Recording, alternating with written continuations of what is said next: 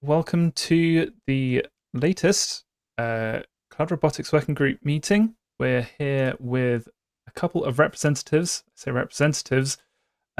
Heex Technologies, but I think you're probably too important to even be representatives. So why don't I allow the two of you to introduce yourselves, and then we can get into logging and observability discussions. Yes, thank you very much for having us. My name is Bruno. I'm one of the co-founder and CEO of Heex Technologies. The company is it's Heex Technologies. I'm happy to be here with Benoit, who's managing customer success. So he's mostly involved into technical pre-sales and also onboarding and making sure that the customer can have a smooth experience with the solution. I have a background in business. Benoit will be the one making the demonstration, but happy to be here. Benoit, if you want to say a word. Yeah. So as you said, I'm customer success manager at Heex Technologies for 2 years and a half now, and my background is mainly technical. Also some experience in the business. I created two companies, one in the video games and one in the technology. And so happy to be able to share with you how you can use our solution. Thank you for the introductions and for coming along. I'm excited to hear more about what you do. So, without any further interruptions, please take it away. Yes. I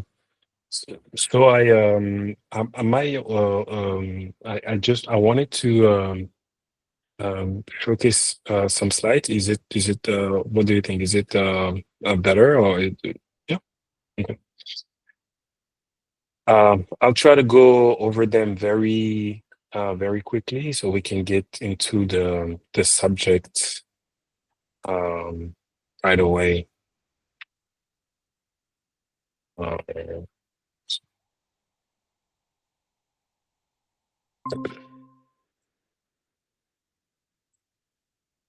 So do you see my screen? Yeah. Okay, great. So I'm happy to give you a first look about what we do. So we have developed a cloud data platform to accelerate physical AI adoption because um, for all the application that we can see robotics and embedded system with intelligence, one of the bottlenecks is really to make sure that these products who can be futurist sometime can go to market faster, or they can deploy within their market faster. And for that, you need to make sure that you can observe and monitor these, let's say, robots, so you can actively learn or be able to intervene if there's something bad happening. So to give you a little a quick overview of the founders. So I told you I have a background in business.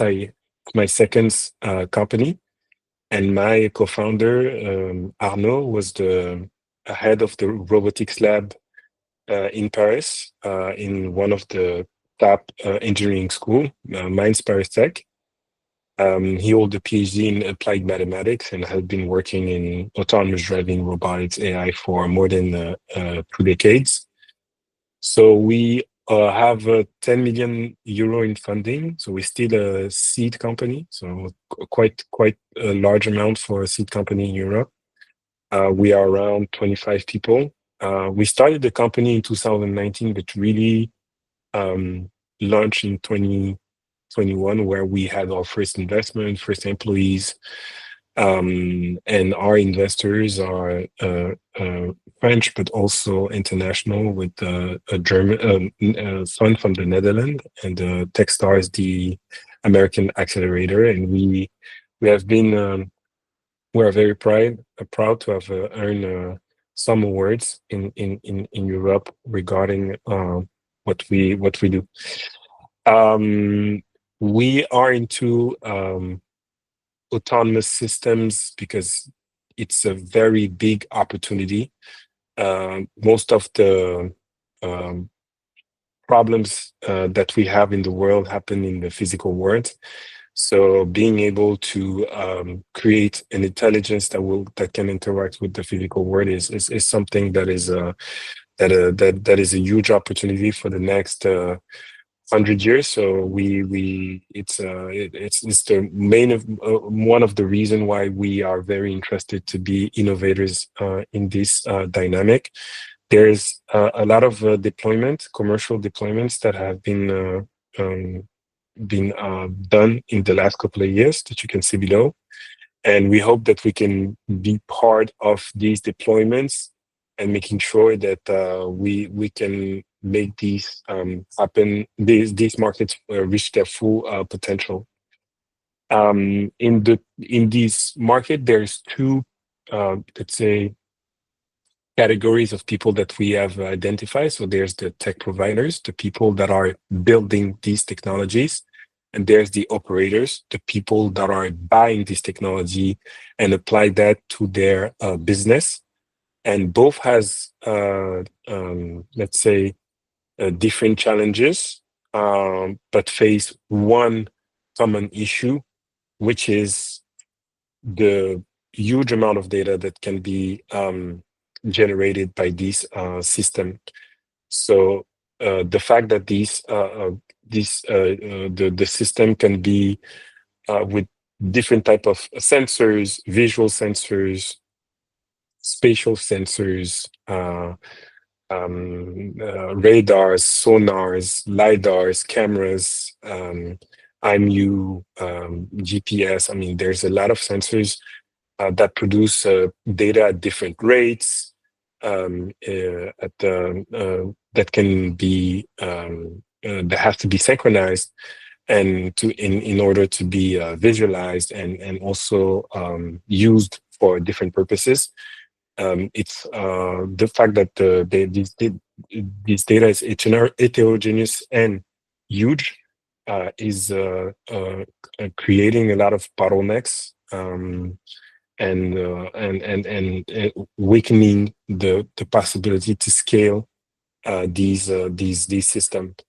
One of the issue that we've seen is with our here's our two example with the clients that we have, is there's the way that this open source framework that can be used when it comes to autonomous systems, and especially ROS, is by design very complex, because you have a lot of topics that generate a lot of messages and creates a lot based on a lot of signals, and it can be very complicated to actually tap into this huge amount of data generated by these systems. And you can see the numbers can be astonishing. And this is just an example of a small recording. So and above that, so there's two different elements.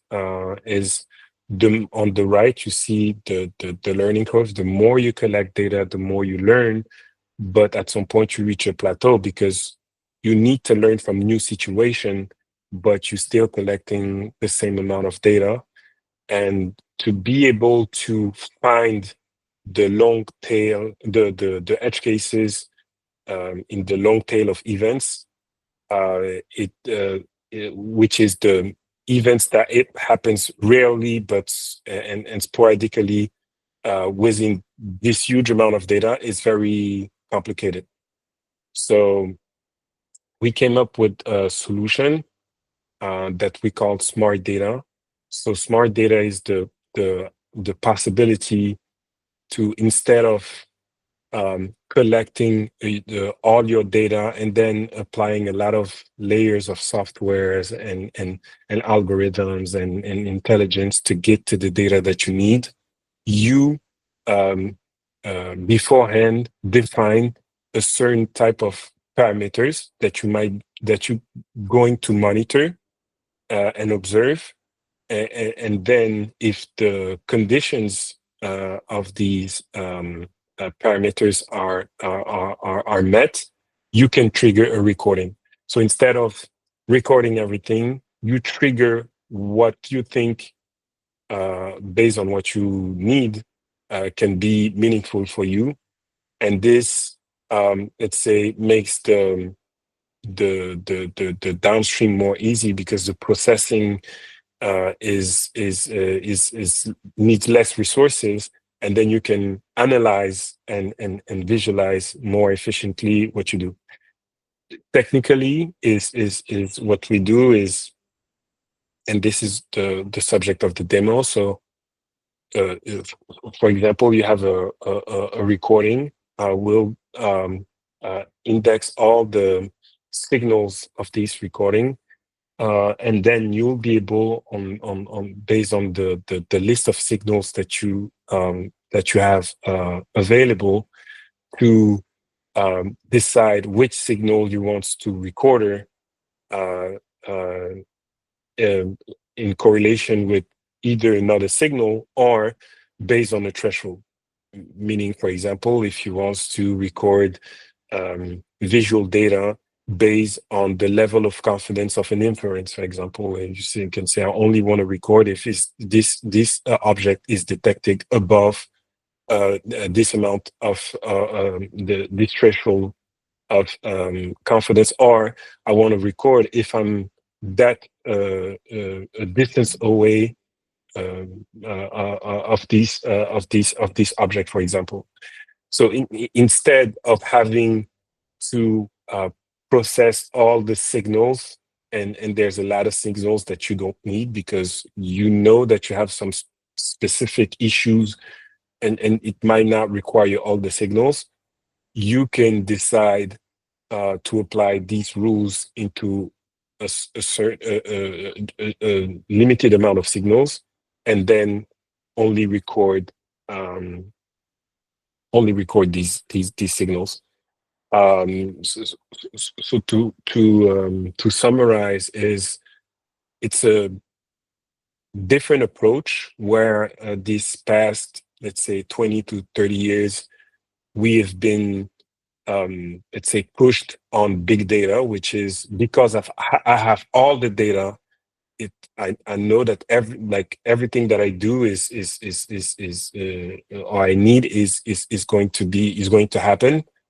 But you realize that when you sometimes you don't have access to the data, because you don't have the resource, either the bandwidth, the network, the possibility to store the data on the cloud, because it's too much data. It's very expensive to upload the data in the cloud and store the data in the cloud.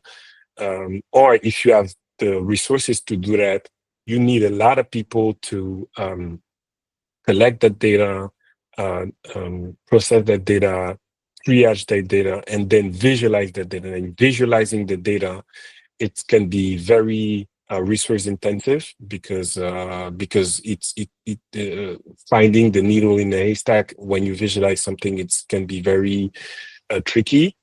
And instead, being able to define what is important for you, and being able to iterate on that and update these rules over the year, just to change, to tweak and fine tune these parameters, so you can get closer to the data that you need, is in our opinion beating what is on the market right now. And based on the volume of data that is going to be collected, because we'll have more and more and more and more systems that generate a lot of data, and the electric and the energy resources that we will need to process all the data in the servers of data centers and cloud providers. It's going to be a challenge, because at the rate that we are right now, we don't have the energy supply to keep up with the amount of data that we are collecting. So at some point, there will be a point where, maybe not in the next 10 years, maybe in the next 20 years, but at some point, there will be an inflection point where we will need to change the approach on how we want to collect the data, because accumulating the data endlessly is going to be very difficult to keep up with how the world is, how fast the world is moving. So this is also something that is important for us, to make sure that we are designing something that is sustainable by design when we started. So I'm going to stop here, and because I just presented the problem that we're addressing, which is the challenges of having access to the data, or handling that amount of data that is limiting the deployment of autonomous system, and the solution. If there's any comments from your side, Michael, or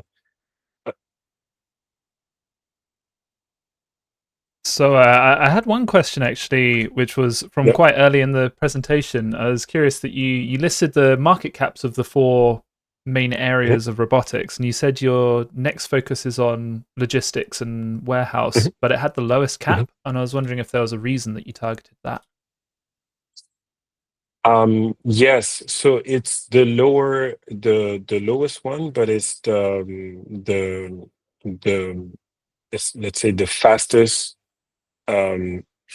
Sorry. So it's the fastest compound annual growth rate from the other, because it's a use case where the technology is actually live in production. Whereas when you have autonomous driving, the market is huge, because there is a 1 billion vehicle on the roads, and if you replace those 1 billion vehicles, I mean the market is just huge. But how fast are we going to grow that market, right? And be able to capture that market? So logistics looks like a big market, but small enough right now, just to make sure that a handful of players can capture that, and make a case that autonomy can really be a thing, right? Can really be something that is going to work, because a lot of people, I mean, we are in tech, we're in our own world, but for Mr. and Mrs. Everybody that just go to work every day, it can be, let's say, misleading to see all these headlines about AI and what is going to do, because when they go to work, and then when they come back, they don't really see it, right? They just go to work, and they can hear about ChatGPT. Most of the people, for example, in France, don't know about AI. I mean, they don't have access to that. So yeah, so it's we as a community has to make sure that one of these applications just provide a lot of value, so we can make this disruptive technology a real thing. That makes sense. Thank you. Giovanni, did you have anything? No, let's see the technical part. I'll ask questions at the end. Okay, great. So I'll have just a quick overview, of of the product. So the product is mainly the possibility to an interface, so different interfaces to design what I say these conditions and possibility to record specific things and then manage these data and have, let's say, capture value out of it. And then there's multiple features that we have designing to make it seamless, easier, automate that, apply AI so you can have a better usage of the product. For example, if you don't, let's say you don't know what to monitor, we can suggest you, oh, you should monitor those specific signals because in your field, this is the signals, the use cases that is happening more, for example, and they'll be different from warehouse logistics than, let's say, autonomous driving, for example. So yeah, I mean, if you are okay now, we can proceed to the demonstration. So Benoit can actually show you how the products work.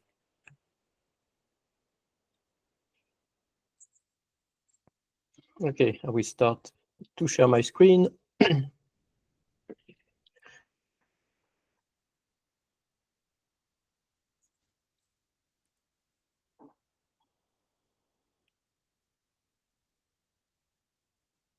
Okay, so before the meeting, I've prepared workspace. So this is exactly what everyone is able to do by subscribing to a free trial directly from our website, heex.io. And I did a use case using a Rosbach. So I will explain the scenario just after that.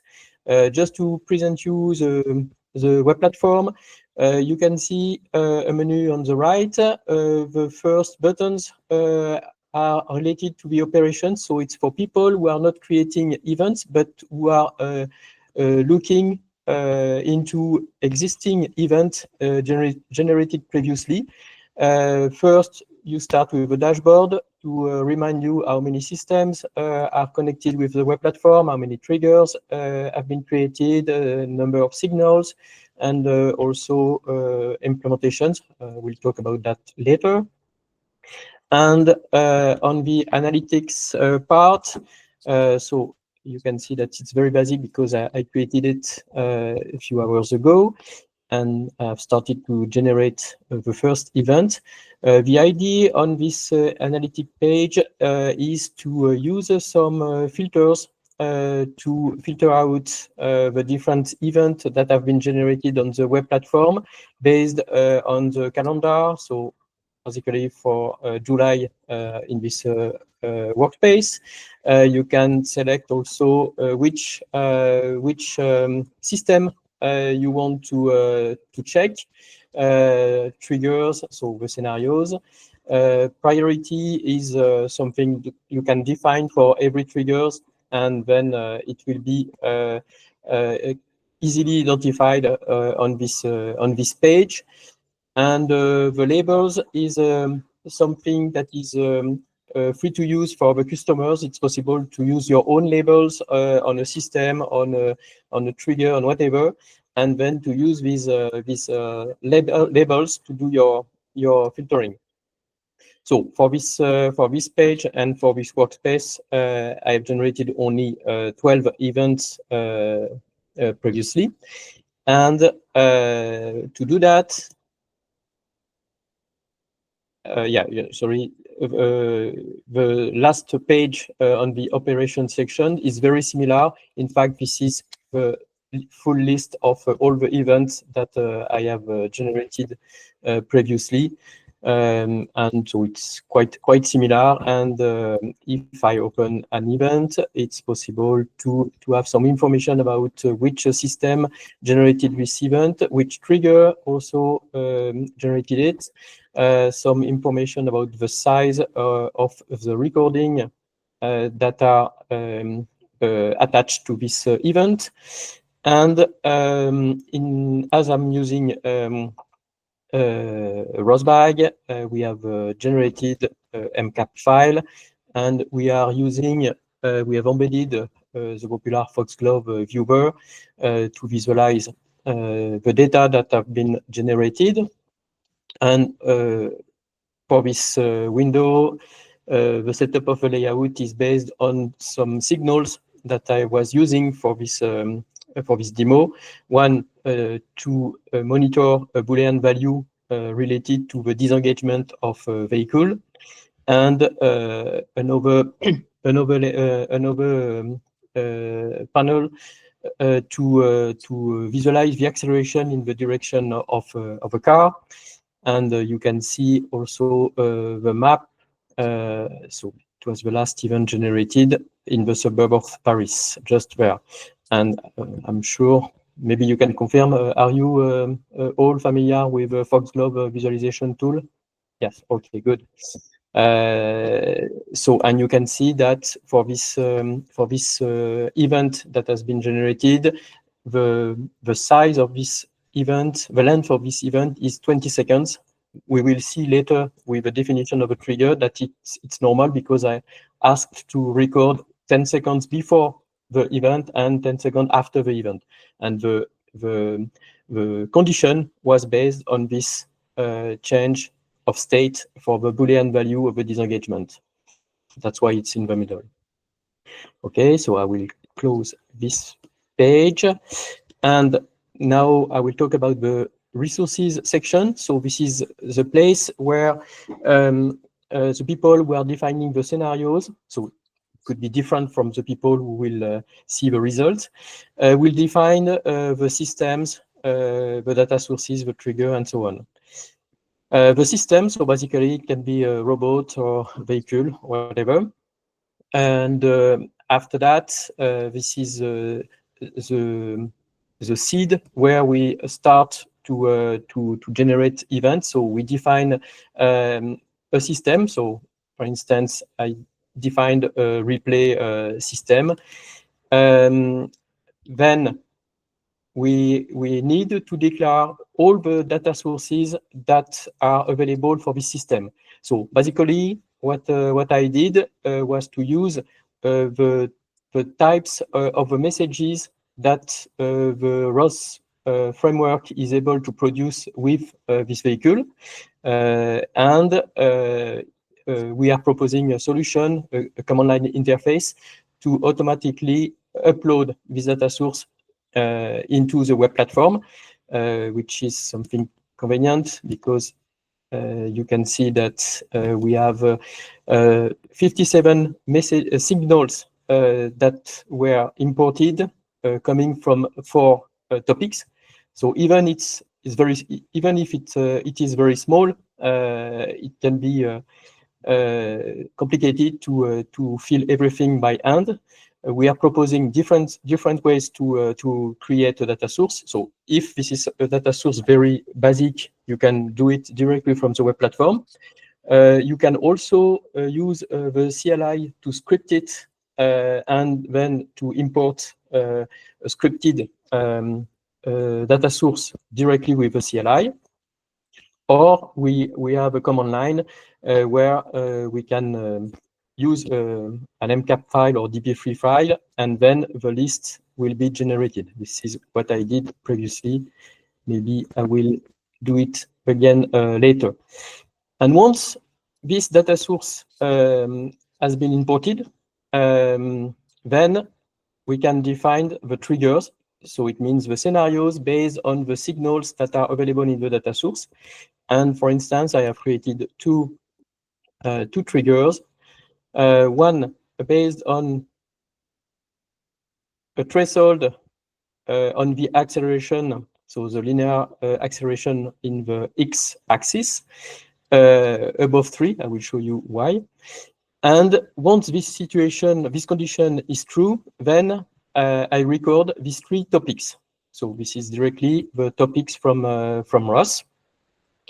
And the reason I did that, if I show you the sample that I will use to generate new events. So you can see that I'm using a bag created in 2021. It's around a 30 minutes long recording with a vehicle coming from Pont de l'Alma in Paris to almost Bougival in the suburb of Paris. And you can see the switch between the different states of the disengagement signal, the Boolean value, and you can see the full recording of the linear acceleration. And the idea was to use a threshold to create a limited number of events, but something easy to understand between what was the signal and what will be the event generated on the web platform. So this is the reason I use this above 3 meters per second square value. But of course, you can use whatever you want, and we can try later another value. So this is the reason I used this threshold. And after that, we also have some parameters for the trigger, but I will show you that later. The other trigger is also a very basic one, just based on the change of the value of the Boolean related to the disengagement. So for the demo, these two triggers are basic, but of course you can have a trigger with 2, 3, 10 conditions. The idea is to be able to find the exact scenario you want to extract when you are driving. So the more you are driving or more you are using your robot, you start to understand the situation when something wrong is happening. So you iterate on your conditions. You can add or change the threshold and add new conditions to be able to extract exactly the event you are looking for to find the root cause of a potential issue. Okay, so I already talked about that. Okay, so the event I have generated 2 years ago, not 2 years, 2 hours ago, 3 hours ago now.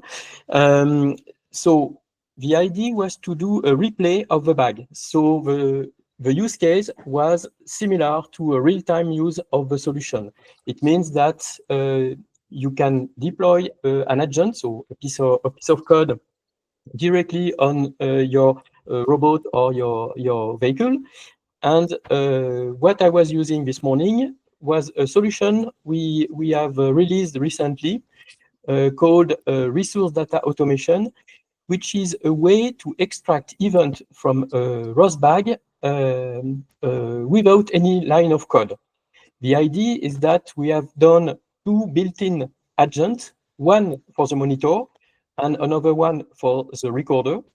And what these agents are doing is to subscribe to a topic. So for the monitor, we are subscribing to a signal, for instance, linear acceleration .x.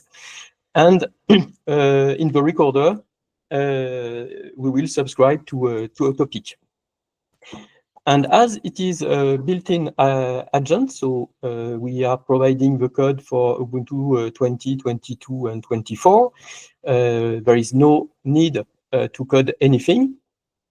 And after that, I was able to, I will show you the line. I was able to do a ROS2 bag play with the name of the bag, of course. And as it was a 30-minute long bag, so in this situation where we are simulating real-time use of the solution. Then it took 30 minutes to replay at normal speed this bag and to generate all these events. So 12 events in the web platform. I think that 9 are related to the disengagement, if you remember. So this is this switch, and the 3 events for the speed. Yes. So if, for instance, if I filter with acceleration, yeah, you can see that I have 3 events that were generated during this replay. Okay, and now I will show you the possibility to use always the RDA, Resource Data Automation, for ROS2, but with an at an accelerated speed. It means that I will extract the event almost immediately. So let's check that. I have prepared command line. So this time I'm using the command line interface. I will explain it.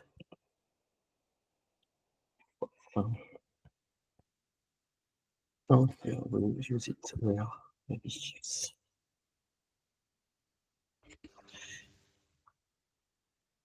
Okay, so what this command line is doing is to request a replay.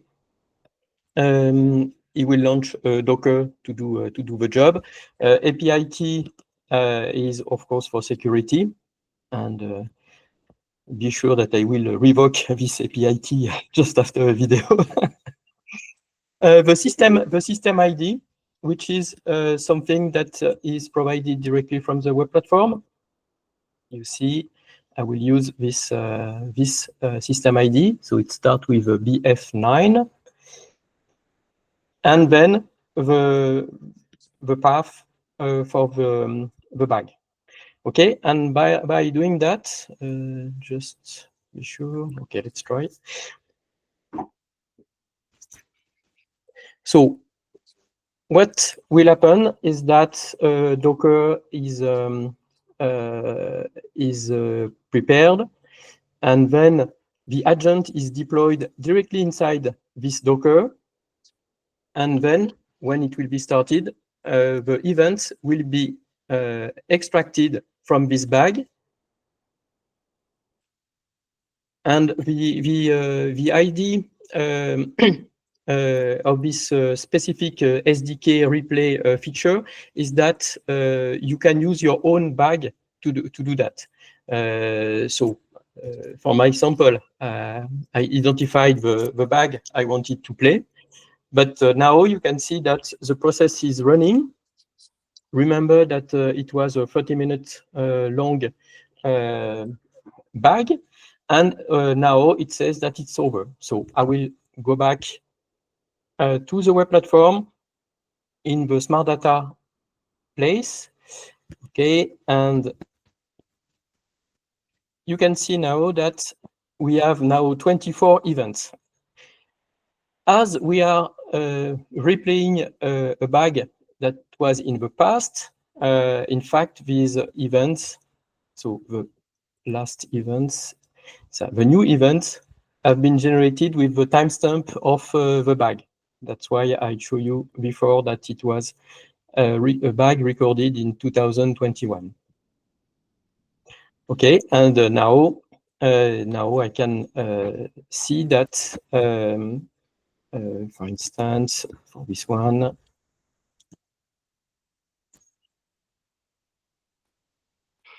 so it was a one based. It was a trigger based on the threshold for the linear acceleration. So you can see that in the middle of the 20 seconds window, the signal goes above the 3 meters per second square, which was what we would like.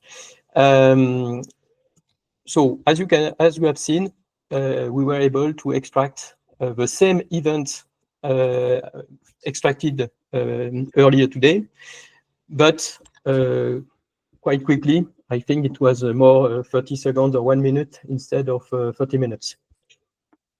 Okay, now I can show you how to create a new trigger, just to see, for you to see the full process. And after that, I will let you ask questions if you have any. So to create a trigger, in fact, if I create a new system, it's if a new system is based on data sources that are common for different system, robots or vehicle, it's possible to say, okay, it's not necessary to re-import the data source. I can attach the same data source to a new system, and this is the same one for the triggers. A trigger that has been created for a vehicle is available for another one if the data source is common. And if I want, for instance, to create another trigger based this time on the acceleration on the y-axis, then you can search for the signal you are looking for. So, for instance, it will be this one, and this time it will be a signal above, let's say 2, and after that you can decide to record the position with a time range. It's not necessary to have something symmetric, it can be this way, and I can add another one, let's say the IMU, still record the range, next. Last page, you have some specific features to related to the behavior of this trigger. So let's talk about 2 of them. The first one is to add an extra condition based on the time, how long the trigger was true. So sometimes you don't need to record an event, to create an event, if this is something that is happening only a fraction of seconds. If you are interested to record only if the trigger was true for maybe 3 seconds, then you will define the parameter there. There is also a parameter we are calling cooldown period. Can also call it hysteresis. The idea is if you have a signal that is oscillating in a very short window, the idea is to record only one event and then to say, okay, for the next maybe 20 seconds, I will not record again this trigger because it should be the same event. So this is something the users will define, and yeah. And once everything is ready, you can create the trigger that will be attached to the system you created on. Okay, and something else I will show is maybe we can try that. Okay, let's see that I will change a threshold. So instead, I will create again events based on the signal acceleration in the x-axis, but this time I will catch this one. Okay, so the idea is to show you that it's easy to modify an existing trigger. So I will edit this one. And this time I will choose less than -3. Okay, that's it. Okay. And I can restart exactly the same process.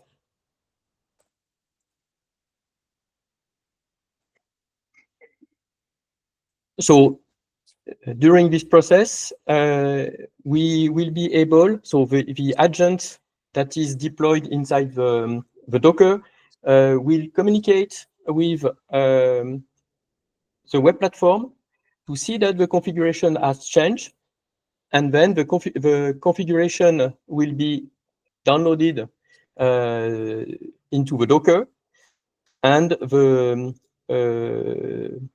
agent will run with the new configuration.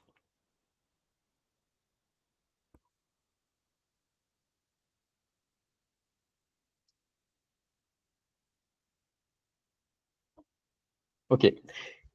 So I will show you the result after that, but now I think it's time for you if you have any question, and if you want me to restart the full replay at the normal speed, I can do it also. But I think that you have all the information. But let me know if you want me to show that again or to launch it again.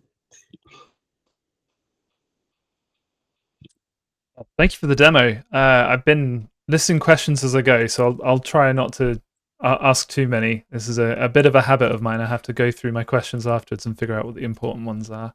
I think what's really interesting to us is that we've been discussing how you can automate watching for events from a robot and sort of the pros and cons with it. So hearing about that, as that's been most of the talk, I think, has been really helpful. I think it would be great to dig into that. So one thing is, you mentioned that you recommend some signals if customers aren't sure what to watch for.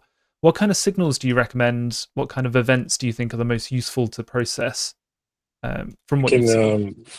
Yeah, I can show that. For example, so let's say you have. I'll give you an example. We have one. I did a demo to a company last week, and they called what they do, and they classified eggs. They scan eggs, and based on the AI, they can say if it's a male or female, because there's a law that say that you cannot kill a newborn male because it's animal cruelty. So they have to scan eggs before they crack, right? So they have a very high confidence rate when it comes to classify them. But as they're scanning hundreds of millions of eggs, if you miss 2% on 100 million, it's 2 million eggs that you miss, right?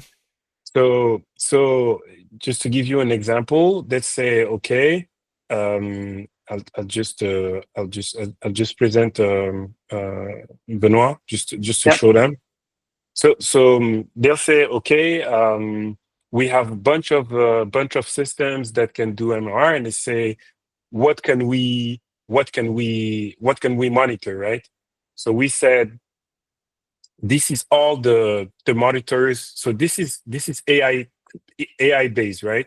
You can monitor equipments, module synchronization, AI specific degradation, MRI, system health critical, SLA breach, because you said you sell a certain amount of let's say reliability for your system, and are you in breach with the SLA, and all these compliance, because if you misdetect a certain amount of eggs, it means that you are missing on, let's say, on male that might not are going to be classified as female, and it can be a problem. So all these, when we give our let's say AI the context of the company, it says this is what you can monitor, and then it creates triggers based on the signals that you have to monitor, the value of these signals, and then you can decide to use them. This is just an example that even if it's a field that we don't know about, based on everything that we learn, let's say the AI learn, it can recommend triggers. So you don't need to start from a blank page and say, oh, okay, I have all these signals and I have a lot of use cases. I don't know what to monitor, right? I see. So it's not that generally autonomous vehicles should monitor these things. It's that you give the context to an AI and it suggests some to watch. Yeah, but then if you have specific problems saying, oh, I have a hard time knowing the reason, the root cause of my disengagement why I'm going from autonomy to safety driver, for example. But it always happen in that geographic area, so the geofence area can be a condition, right? Say if it happens in that geofence, it can be a condition. Is to say if there's a hard break, it can be another condition, and then you can collect and say if there's a hard break in that geofence area, I want to collect the front camera, so I will have only images of the front camera within that zone when there's a hard break or a strong deceleration, for example, right? So that's if there are autonomous vehicles, you want them to show you that information very quickly, right? You don't want to discover that if there's a casualty or after you retrieve all the data from the vehicle, right? So it's either you know what you're looking for, and if you don't know what you're looking for, you can be very creative and create thousands of triggers, or you can ask the AI to give you recommendation about that. Got it. Thank you. And then another question I had was, it looks like you upload the entire ROS bag or whatever other data source, and then you can make triggers, you can adjust triggers afterwards, and it will reprocess the previous data. So is it right that you have all of the data stored and available, and you present the triggered the recordings, but you've always got the data backing it up? Yeah, so it works in two modes. So the way we created it is the triggers are deployed live, which means the robots is live, and then instead of recording everything and having a, let's say, a 2-hour recording, you will record only based on the triggers. So you will have, I don't know, 12 events of 20 seconds instead of having 2 hours recording.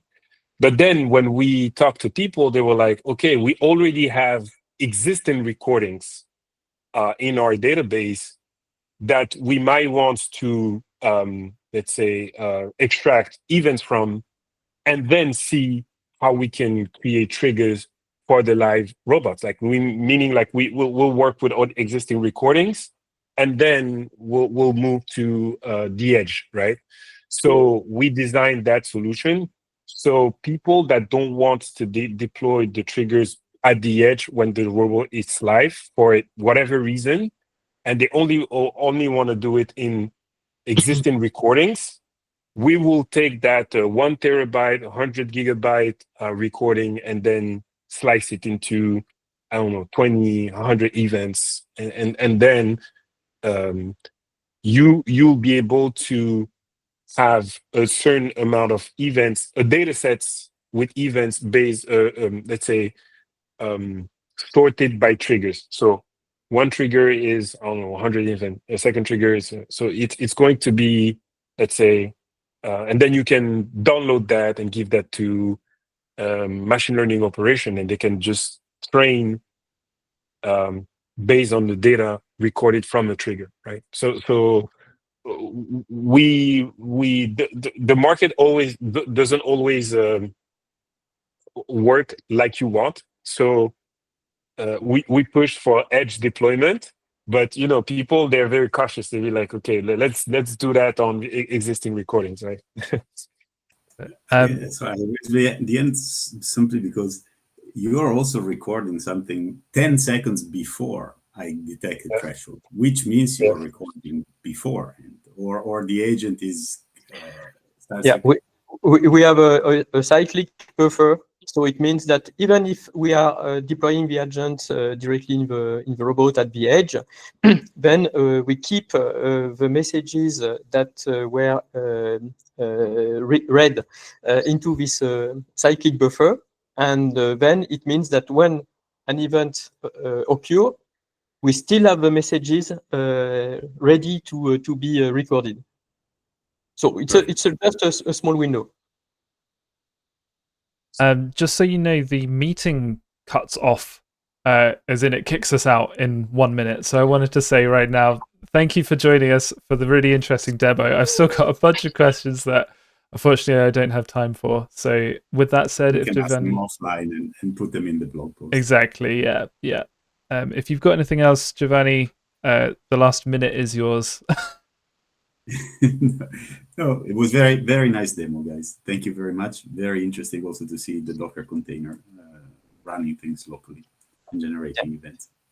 Yeah, we open. Yeah, I just want to say we open to feedbacks. So if there's any feedbacks, anything that you think might be useful, I mean, it's a community thing, right? So if there's something that we can improve or we can change, whatever, because just feel free to message. And if you want to have a one-on-one, you have our info. You can just send us an email so we can